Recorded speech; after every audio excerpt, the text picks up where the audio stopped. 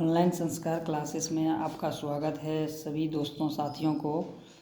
आज हम लोग 2000 बोर्ड एग्ज़ाम इम्पोर्टेंट क्वेश्चन में हम लोग देख रहे थे, तो आज हमने उसमें से एक देखते हैं। आज क्वेश्चन है कि सिद्ध करें कि √3 एक अपरिमेय संख्या है।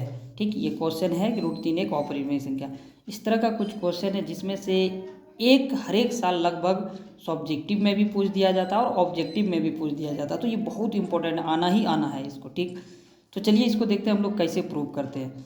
तो इसमें से चलिए देखते हैं।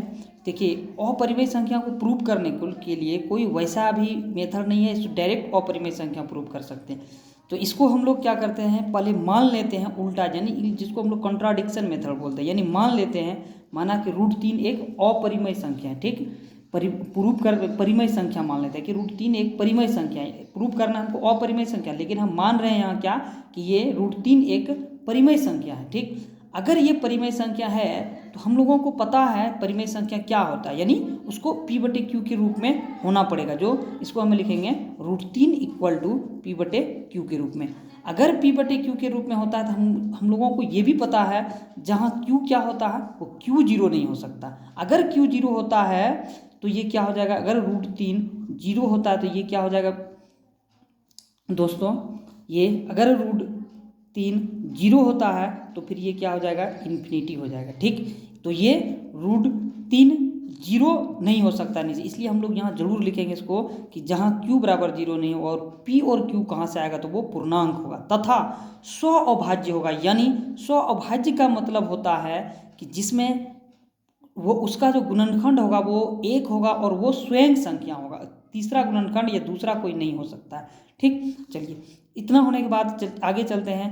अब इसको दोनों तरफ वर्ग करने पर, यानी √3 और P/Q के दोनों तरफ वर्ग करते हैं तो हो जाता है यहाँ वर्ग यानी स्क्वायर। ठीक, तो दोनों तरफ यानी √3 पे भी स्क्वायर और P/Q पे भी स्क्वायर।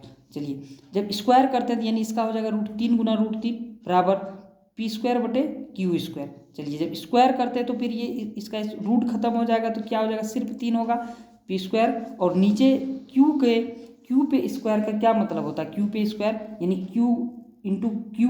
चलिए ये इधर से है, भाग में है, एक के इधर ले जाएंगे अगर बराबर के इस तरफ लेफ्ट साइड तो ये क्या हो जाएगा, गुना में हो जाएगा। ठीक, जब गुना में होता है तो क्या हो जाएगा बोलिए, देखिए अब ये 3Q हो गया तो ये क्या हो जाता है, एक पूर्णांक के रूप में हो जाता है, ये P²/Q हो जाता है, यानी ये भिन्न के रूप में हो जाता है। आप लोगों को पता है हम लोगों को पता है दोस्तों कि पूर्णांक और भिन्न कभी बराबर नहीं हो सकता, इसलिए लिखेंगे कि चूंकि पूर्णांक और भिन्न बराबर नहीं होता है इसलिए हमारा यह मानना गलत साबित होता है। हम क्या माने थे, यानी हम जो यह मान लिए थे कि √3 एक परिमेय संख्या है, तो हमारा यह मानना गलत साबित होता है कि √3 एक परिमेय संख्या है, अतः √3 एक अपरिमेय संख्या है। चलिए आज ये प्रूव किए। कैसा लगा भाइयों दोस्तों, आप लोग सभी लाइक कमेंट और सब्सक्राइब जरूर करिएगा और ज़्यादा से ज़्यादा लोगों तक जरूर पहुंचाइएगा ताकि उसे भी मदद मिल सके। चलिए